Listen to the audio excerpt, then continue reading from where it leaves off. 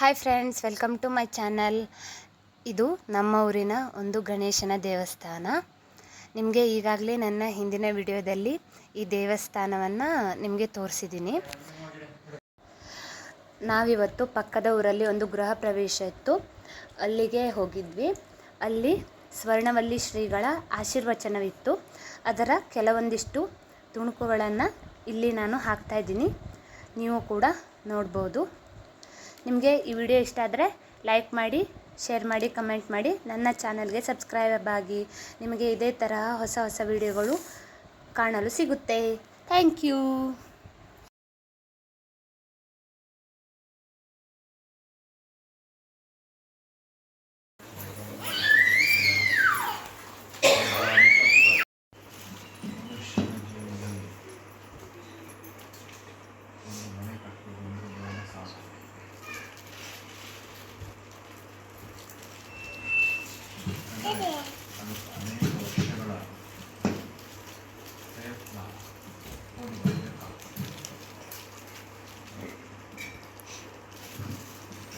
ಮದುವೆ ಮಾಡೋರು ಮನೆ ಕಟ್ಟೋರು ಅಂತ ಹೇಳ್ತಾರೆ.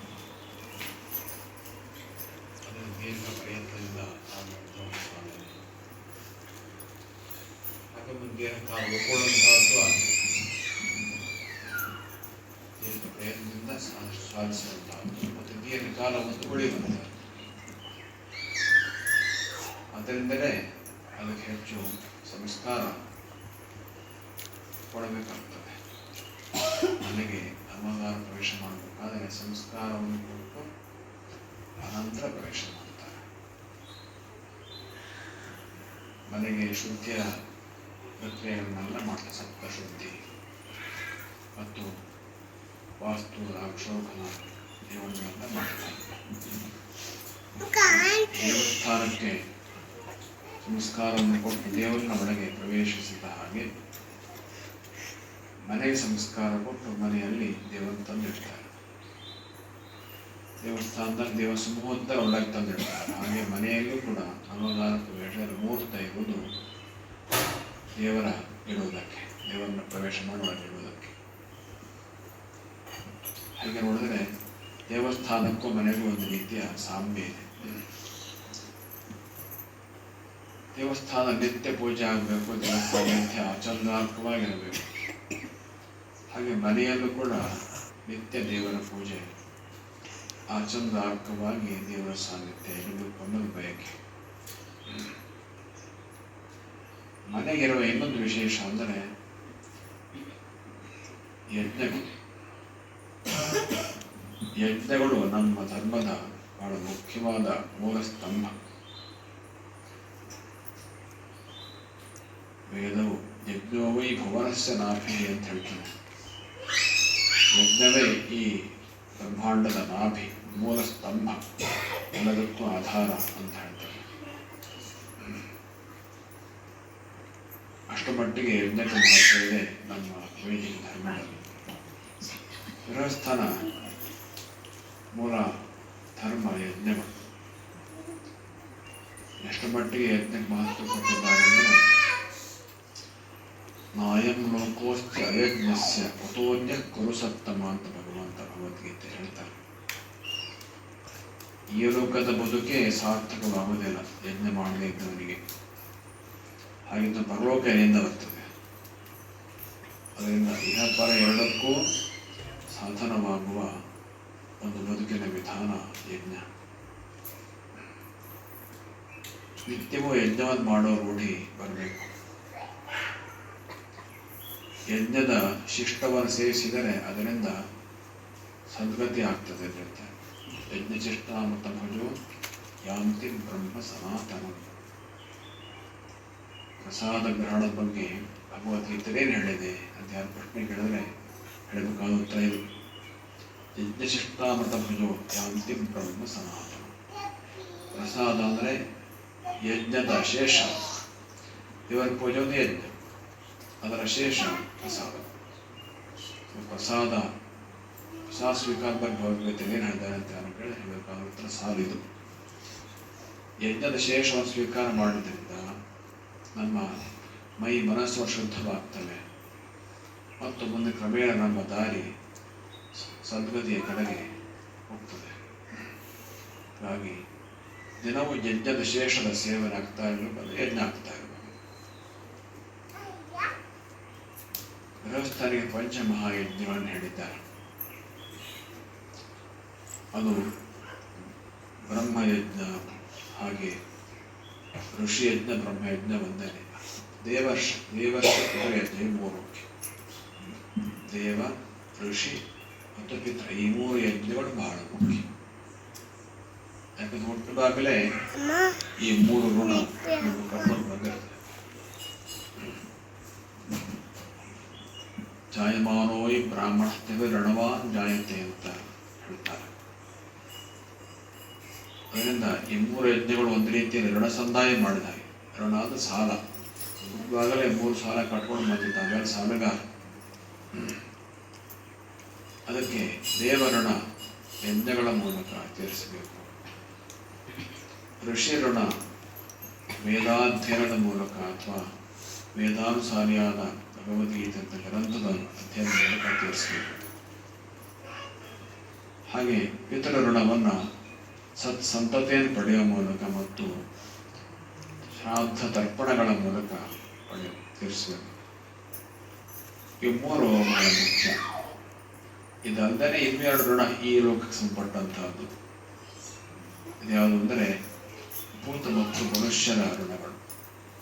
ಭೂತ ಶಬ್ದ ಪ್ರಾಣಿಗಳು ಅಂತ ಅರ್ಥ. ಬೇರೆ ಬೇರೆ ಪ್ರಾಣಿಗಳ ಉಪಕಾರ ನಮ್ಮ ಮೇಲೆ ಇರ್ತವೆ. ಬಹಳ ಮುಖ್ಯವಾಗಿ ಗೋವಿನಿಂದ ನಾವು ಉಪಕಾರ ಪಡ್ತಾ ಇರ್ತೇವೆ, ಪ್ರತಿದಿನ ಪಡಿತೀವಿ. ಆ ರೀತಿಯ ನಮಗೆ ಉಪಕರಿಸದೇ ಇದ್ದರೂ ಬೇರೆ ಬೇರೆ ಪ್ರಾಣಿಗಳನ್ನು ಆಧರಿಸುವುದು, ಅವರಿಗೆ ಸಾಧ್ಯ ಇರುವ ಆಹಾರವನ್ನು ಕೊಡುವುದು, ಇವೆಲ್ಲ ಭೂತ ಯಜ್ಞ. ಹಾಗೆ ಮನೆಗೆ ಬಂದ ಅತಿಥಿಗಳನ್ನು ದೇವತೆಗಳ ಭಾವದಿಂದ ಸತ್ಕರಿಸುವುದು, ಅದು ಮನುಷ್ಯ ಯಜ್ಞ. ಅದನ್ನು ಅತಿಥಿ ಪೂಜೆ ಅಂತ ಕರೀತಾರೆ. ಅತಿಥಿಯನ್ನು ಸುಮ್ಮನೆ ಮನುಷ್ಯನನ್ನ ನೋಡೋದಲ್ಲ, ದೇವರ ಎಂಬುದಾಗಿ ನೋಡಬೇಕು. ಇದು ಹಳೆಯ ಕಾಲದ ಶ್ರದ್ಧೆ. ಈಗಲೂ ಅದನ್ನು ಇಟ್ಕೊಂಡಿರುವವರು ಇರ್ತಾರೆ. ಈ 5 ಗೃಹಸ್ಥನ ನಿತ್ಯ ಮಾಡುವ ಯಜ್ಞಗಳು. ಈ ಯಜ್ಞಗಳನ್ನು 3 ರೀತಿಯಲ್ಲಿ ವಿಭಾಗಿಸಬಹುದು. ಒಂದು ಅಂತರ್ಯಾಗ, ಇನ್ನೊಂದು ಬಹಿರ್ಯಾಗ, ಇನ್ನೊಂದು ಮಧ್ಯಮ ಯಾಗ. ಅಂತರ್ಯಾಗ ಅಂದರೆ ಕಣ್ಮುಚ್ಚಿ ಒಳಗೆ ಮನಸ್ಸಿನೊಳಗೆ ಮಾಡುವಂಥ ಯಾಗ. ಸಂಧ್ಯಾ ವಂದನೆ, ಜಪ ಇವೆಲ್ಲ ಅಂತರ್ಯಾಗದ ಲೆಕ್ಕ. ಬಾಹ್ಯ ಪೂಜೆ, ದೇವರನ್ನ ವಿಗ್ರಹವನ್ನು ಶಾಲಿಗ್ರಾಮವನ್ನು ಇಟ್ಟು ಪೂಜೆ ಮಾಡುವಂಥ, ಅದು ಅಲ್ಲಿ ಒಳಗೆ ಮತ್ತು ಹೊರಗೆ 2 ಮಿಶ್ರಣ ಮಧ್ಯಮ ಯಾಗ. ಹೊರಗೆ ಬಂದ ನಂತರ ದೇವರ ಪೂಜೆಗೆ ಹೊರಗೆ ಬಂದ ನಂತರ ಮನೆಗೆ ಬಂದ ಅತಿಥಿಗಳು ಸತ್ಕರಿಸುವುದು ಅಥವಾ ಉಳಿದ ಪ್ರಾಣಿಗಳಿಗೆ ಆಹಾರ ನೀಡುವುದು ಇತ್ಯಾದಿಗಳೆಲ್ಲ ಬಹಿರ್ಯಾಗ. ಈ ರೀತಿಯಲ್ಲಿ ಅಂತರ್ಯಾಗ, ಮಧ್ಯಮ ಯಾಗ ಮತ್ತು ಬಹಿರ್ಯಾಗ. ಈ ರೀತಿಯಲ್ಲಿ ನಿತ್ಯವೂ ಮನೆಯಲ್ಲಿ ನಡೀತಾ ಇದ್ದರೆ ಮನೆ ಯಜ್ಞಮಯವಾಗ್ತದೆ. ಅಂಥ ಮನೆಯಲ್ಲಿ ಇದ್ದಂಥವರೇ ಪವಿತ್ರರಾಗ್ಬಿಡ್ತಾರೆ. ಮತ್ತೆ ಮುಂದೆ ಜೀವನ ಪೂರ್ತಿ ಪಾವನವಾಗಿರ್ತದೆ. ಜೀವನ ಅನಂತರವೂ ಕೂಡ ಸದ್ಗತಿಯ ಮಾರ್ಗ ಮೊದಲೇ ನಿರ್ಧಾರ ಆಗ್ಬಿಡ್ತದೆ. ಹೀಗಾಗಿ ಯಜ್ಞಗಳು ಗೃಹಸ್ಥನ ಮೂಲಭೂತ ಧರ್ಮಗಳು. ನವಾಗಾರ ಪ್ರವೇಶದ ಸಂದರ್ಭದಲ್ಲಿ ಅದನ್ನು ಸಂಕಲ್ಪ ಮಾಡಬೇಕು, ಒಂದು ನಿರಂತರ ಮಾಡ್ತಾ ಇರಬೇಕು. ನವಾಗಾರ ಪ್ರವೇಶದ ಒಂದು ಸಂಪ್ರದಾಯ ಈ ಪ್ರದೇಶದಲ್ಲಿ ಹೇಗಿದೆ ಅಂತಂದರೆ, ನವಾಗಾರ ಪ್ರವೇಶದ ಓದಿ ವಿಧಿ ಮುಗಿದ ನಂತರ ದೇವತೆಗಳು ನಂತರ ಒಂದು ಪುಣ್ಯವಾಚನೆ ಆಗ್ತದೆ. ಪುಣ್ಯವಾಚನೆ ಆದ ನಂತರ ಒಂದು ಪುಣ್ಯ ಕರ್ಮ, ಒಂದು ಯಾವ್ದಾದ್ರು ಒಂದು ಉಪನಯನ, ಒಂದು ಚೌಡ, ಕೆಲವೊಂದು ವಿವಾಹ ಅಥವಾ ಇನ್ಯಾವುದೋ ಕೊನೆಯ ಪ್ರಕ್ರಮ ಸತ್ಯನಾರಾಯಣ ಪೂಜೆ ಏನಾದ್ರು ಒಂದು ಇಟ್ಕೊಳ್ತಾರೆ ಸಾಧಾರಣವಾಗಿ. ಯಾಕೆ ಹಾಗೆ ಅಂತಂದ್ರೆ ಈ ಮನೆಯಲ್ಲಿ ಮುಂದೆ ನಿರಂತರ ಈ ರೀತಿಯ ಯಜ್ಞ ನಡೀತಾ ಇರಬೇಕು. ಅದು ಇವತ್ತೇ ಪೇಟಿಗೆ, ನವಾಗ ಪ್ರವೇಶ ದಿವಸ ಪೇಟಿಗೆ ಆಗ್ತದೆ. ಹೀಗೆ ಮಾಡೋ ರೂಢಿ ಈ ಪ್ರಾಂತದಲ್ಲಿದೆ. ಅದರಿಂದ ನಿತ್ಯ ನಿರಂತರ ಯಜ್ಞಗಳು ಮನೆಯಲ್ಲಿ ನಡೆಯಲಿ ಅನ್ನೋದು ಪ್ರಧಾನವಾದ ಆಶಯ. ತಿರುಮಲೇಶ್ವರ ಹೆಗಡೆಯವರು ಮೊದಲಿಂದಲೂ ಮಠದ ಸಂಪರ್ಕದಲ್ಲಿ ಇದ್ದವರು. ಈಗ ಸ್ವಲ್ಪ ಶರೀರ ಸ್ಥೂಲ ಆಗಿದೆ, ಆರೋಗ್ಯದ ಒಂದು ಸ್ಥಿತಿ ಮೊದಲಿಗಿಂತ ಕಡಿಮೆ ಆಗಿದೆ. ಇದ್ದಾದರೆ ಯಾವಾಗಲೂ ಸ್ವಲ್ಪ ಯುದ್ಧಾಂತವನ್ನಾಗಿದೆ. ಈ ಆರೋಗ್ಯ ಸಮಸ್ಯೆ ಕೂಡ ನಿತ್ಯ ಸಂಧ್ಯಾ ವಂದನೆ ಜೊತೆ ಸೂರ್ಯ ನಮಸ್ಕಾರ ಪ್ರಾಣಾಯಾಮ ಸೇರಿಸ್ಕೊಂಡ್ರೆ ಆರೋಗ್ಯ ಸಮಸ್ಯೆ ಕೂಡ ಪರಿಹಾರ ಆಗ್ತದೆ. ಹಾಗೆ ಮಗ ಮತ್ತು ಮೊಮ್ಮಗ ಅವರಿಗೂ ಈ ಸಂಸ್ಕಾರ ಆಗಲೇಬೇಕು. ಮಗ ಬೇರೆ ಕಡೆ ಇರೋದಿದ್ರೂ ಕೂಡ ಅಲ್ಲಿಯೂ ಇದನ್ನು ಪಡಿಬಹುದು. ಈಗ ಪ್ರಮುಖವಾದ ಎಲ್ಲ ನಗರಗಳಲ್ಲಿಯೂ ಒಂದಷ್ಟು ಜನ ವೇದ ತಿಳಿದವರು ಹೇಳ್ಕೊಳ್ಳುವಂಥ ಸಾಮರ್ಥ್ಯ ಇದ್ದವರು ಇದ್ದೇ ಇದ್ದಾರೆ. ಅಲ್ಲಿ ಕೇಳಬೇಕಷ್ಟೆ. ಅನೇಕ ಕಡೆ ನಮಗೆ ಗೊತ್ತಿದ್ದಾರೆ, ಇನ್ನು ಕೆಲವು ಕಡೆ ಗೊತ್ತಿಲ್ಲ ಕಡೆ ಅಲ್ಲಿ ಸ್ಥಳೀಯರನ್ನು ಕೇಳಿ ಹೇಳ್ತಾರೆ, ಎಲ್ಲವನ್ನೂ ಹೇಳ್ತಾರೆ. ಹಾಗಾಗಿ ಅದನ್ನು ಸಂಪಾದಿಸಿಕೊಳ್ಬೇಕು.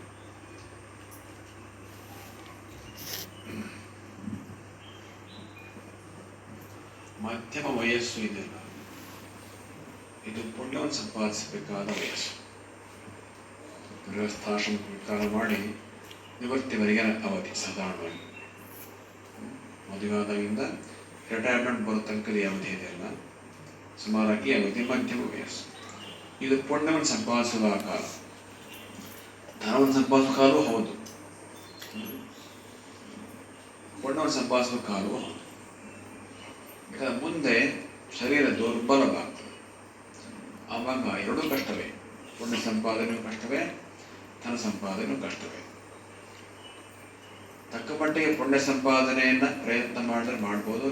ಯಾವಾಗ ಹಿಂದೆಂದು ಮಾಡ್ತಾ ಇದ್ದರೆ, ಅದೇ ರೂಢಿ ಇದ್ದರೆ ಆವಾಗ ಮುಂದುವರಿತದೆ. ಆವಾಗ ಮಾಡ್ತೇನೆ, ಆವಾಗ ಶುರು ಮಾಡ್ತೇನೆ ಅಂತಂದರೆ ಅದು ಬಹಳ ಕಷ್ಟ. ಅನೇಕರು ರಿಟೈರ್ಮೆಂಟ್ ಆದ್ಮೇಲೆ ವೇದ ಓದ್ತೇನೆ, ಸಂಜೆ ಆಮೇಲೆ ಮಾಡ್ತೇನೆ ಅಂತ ಹೇಳೋರು ಹೇಳ್ತಾರೆ.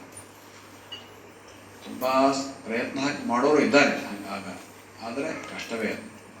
ಮೊದಲೇ ಶುರುವಾಗಿ ಇದ್ದಿದ್ದರೆ ಅವು ಮುಂದುವರಿತಾರೆ ಮತ್ತು ಇನ್ನಷ್ಟು ಬೆಳೀತಾರೆ.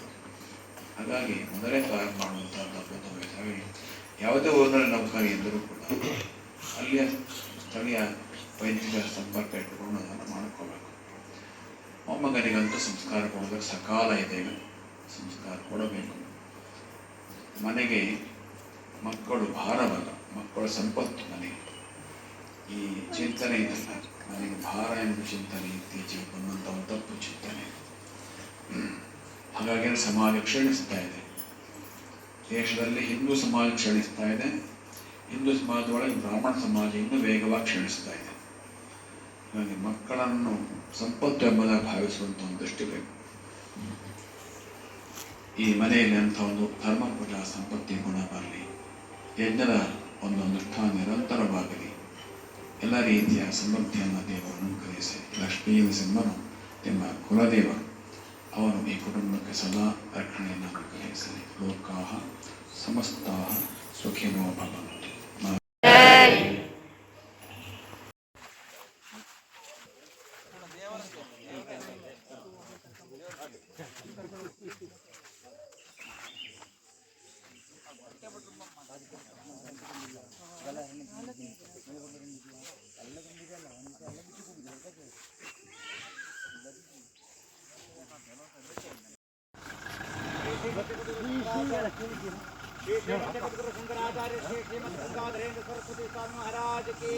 जय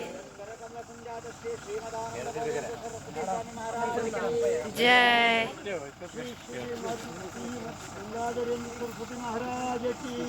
जय